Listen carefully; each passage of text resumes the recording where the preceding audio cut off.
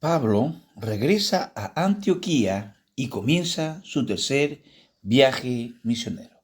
Habiendo arribado a Cesarea, subió para saludar a la iglesia y luego descendió a Antioquía. Después de estar allí algún tiempo, salió recorriendo por orden la región de Galacia y de Frigia, confirmando a todos los discípulos. Llegó entonces a Éfeso un judío llamado Apolos, natural de Alejandría, varón elocuente, poderoso en las escrituras. Este había sido instruido en el camino del Señor y siendo de espíritu fervoroso, hablaba y enseñaba diligentemente lo concerniente al Señor, aunque solamente conocía el bautismo de Juan. Y comenzó a hablar con denuedo en la sinagoga. Pero cuando le oyeron Priscila y Aquila, le tomaron aparte y les pusieron más exactamente el camino de Dios. Y queriendo él pasar a Acaya, los hermanos le animaron y escribieron a los discípulos que le recibiesen. Y llegado él allá, fue de gran provecho a los que por la gracia habían creído, porque con gran vehemencia refutaba públicamente a los judíos, demostrando por las escrituras que Jesús era el Cristo. Aconteció que entre tanto que Apolos estaba en Corinto, Pablo, después de recorrer las regiones superiores, vino a Éfeso, y hallando a ciertos discípulos le dijo: ¿recibisteis el Espíritu Santo cuando creísteis? Y ellos le dijeron: ni siquiera hemos oído si hay Espíritu Santo. Entonces dijo: ¿en qué pues fuisteis bautizados? Ellos dijeron: en el bautismo de Juan. Dijo Pablo: Juan bautizó con bautismo de arrepentimiento, diciendo al pueblo que creyesen en aquel que vendría después de él, esto es, en Jesús el Cristo. Cuando oyeron esto, fueron bautizados en el nombre del Señor Jesús, y habiéndoles impuesto Pablo las manos, vino sobre ellos el Espíritu Santo, y hablaban en lenguas y profetizaban. Eran por todos unos 12 hombres. Gloria a Dios. Agradecidos a nuestro buen Dios por este inicio de semana, en la cual estudiaremos el tercer viaje misionero del apóstol Pablo, que después de dar su informe en la iglesia en Jerusalén y luego pasar por su iglesia en Antioquía, empezó el tercer viaje misionero. Su pasión por las almas lo llevaría a visitar las distintas iglesias, tanto en Europa como en Asia. Amado amigo, somos la iglesia de los tiempos finales. Dios ponga pasión en nuestros corazones por las almas que puedan venir a los pies de Cristo. Comparta, por favor, los estudios que les brindamos. Anime a sus compañeros de trabajo, familiares. Es nuestro tiempo de ejercer nuestra responsabilidad de anunciar el Evangelio de Jesucristo. Por favor, acompáñenos en estos momentos al libro de Hechos, capítulo 18, versículo 22 al 28, y luego el capítulo 19, del 1 al 7. Observemos que Pablo vio que se le había abierto una puerta grande, una oportunidad en Éfeso. Pablo tenía corazón de misionero y quería regresar para estar con aquellos creyentes. Éfeso era una de las grandes ciudades del Imperio Romano. Habiendo llegado a Cesarea, subió para saludar a la iglesia y luego descendió a Antioquía. Vemos pues que Pablo desembarcó en Cesarea. Ahora, mire, Cesarea y Jope eran los puertos desde donde uno subiría a Jerusalén. Se fue pues a Jerusalén y dio allí su informe. Luego volvió al norte a su iglesia que estaba en Antioquía. Y esto concluyó el segundo viaje misionero de Pablo. Ahora observemos que Pablo salió inmediatamente en su tercer viaje misionero. Después de estar allí algún tiempo, salió y recorrió por orden la región de Galacia y de Frigia, animando a todos los discípulos. Este fue entonces el tercer viaje de Pablo a través de Galacia.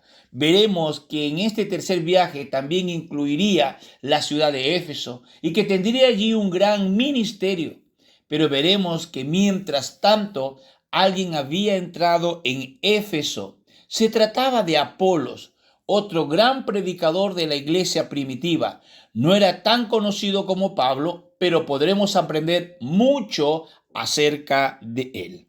Llegó entonces a Éfeso un judío llamado Apolos, natural de Alejandría, hombre elocuente, poderoso en las escrituras. Ahora, Apolos era judío y por lo tanto había sido formado en la ley de Moisés. Su nombre Apolos era griego, de modo que era helenista de la diáspora, es decir, que pertenecía al grupo de judíos dispersos fuera de Palestina. Sin embargo, no había nacido en Grecia ni en aquella región de Macedonia. Nació en Alejandría, en la parte norte del África, que en realidad está en el norte de Egipto.